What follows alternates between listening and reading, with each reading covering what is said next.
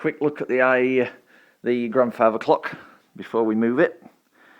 Closer look in 3D, HD, whatever you want to call this. Here's the big bugger. Let's open her up so you can see what we got here. There's the face. Look at the face on that. Moon dial.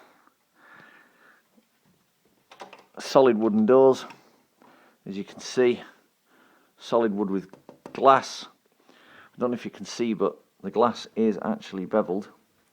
If I can turn it around there, you can probably see the glass is beveled. It's a 2007. We got this. It's got 3 doors. You can see here, look, the weights. If we open this up, we can see how big the weights actually are. There's the cables. Look, here's the cable. Can't really see it, but that there is what runs it. This weight goes right down, and you see that it goes. It's kind of there. There's the bottom of the weight. There's the pendulum bob, rather large and reflective looking pendulum. That's the size of the thing. It's absolutely huge. You can see it better there, look, if you look at that. That's huge, isn't it? It's what they call a lyre pendulum because of its shape. If you look at it from a distance, you can see that it's kind of guitar shaped almost, with a big bob at the bottom. There's the weights. We come up to where the weights go. There's the middle of the clock up to the face. Again, the doors are pretty solid. It's powered by a Keininger movement, which we can't actually get into to have a look at, but it's here. It's all present and correct. In fact, we might be able to get into the movement. Let's have a look. It's a bit hard to open.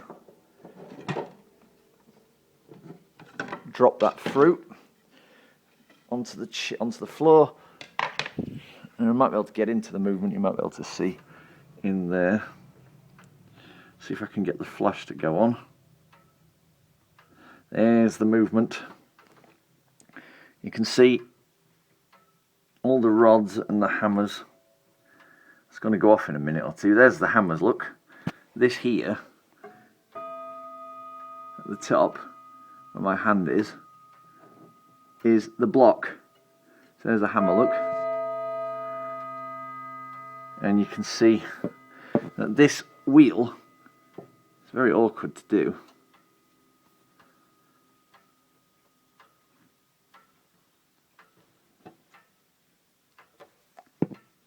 There's the rods. You can see the rods there, there's 8 of them. And there's another 4 around the other side. So there's the hammers. The hammers roll on that there. There's where my hand is. You can see. Now you're going to see in a minute this thing actually running. We're going to change the melody because I want to show you the most complex melody this thing plays. And we haven't got time. As you move this, look, it's got a twin, whatchamacallit on it. There's the hammers, and you'll get to see them moving in a minute. It's pretty awesome stuff. Now, I've never really showed this clock do this before, but I'm going to do it now because when we get moved, you can see the roller there, look, at the bottom.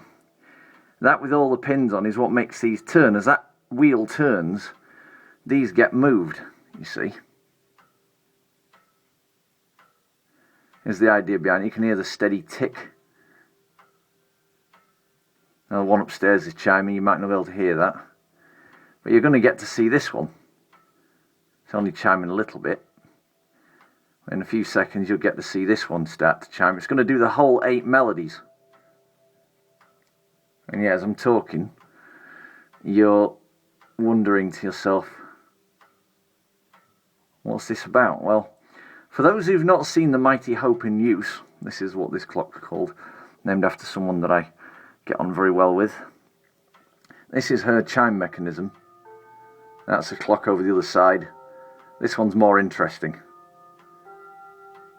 Watch the mechanical amazingness that is when this kicks over.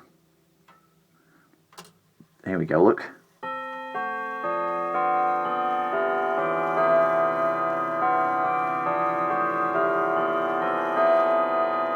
There you go. And that was all controlled by that wheel there at the bottom. If you go down the other side, you put this back, we'll look at the movement from the opposite side.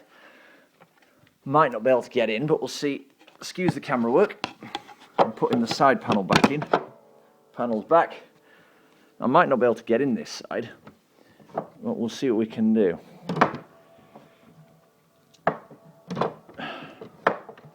I can't get in, hang on.